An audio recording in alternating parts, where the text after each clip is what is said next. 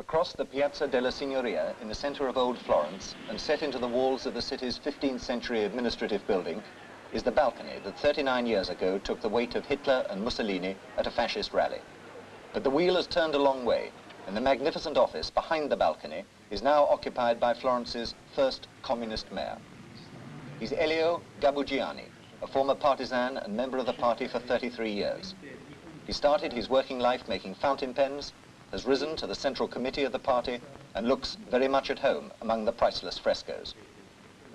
When he talks about the city that voted him into power last June, it is very much of the heritage he has taken on.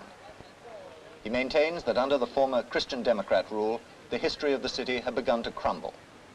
He is determined, he says, to renovate the center back to its historic character. He claims that his brand of communism is essentially Italian, that it is in no way dominated by the Moscow-type ideology, and that his support goes totally towards parliamentary-type democracy. The fears of Americans and many West European countries about the rise of communism in Italy are quite unfounded, he says. Close to 40% of the city's voters backed the communists at the last local elections, and the party anticipate their percentage will increase by another 1 or 2% in the national elections on June the 20th. But the success, or lack of it, of the young man selling party literature at a big factory gate would seem to indicate that it's the party's reputation for getting things done, rather than its politics, that wins the votes.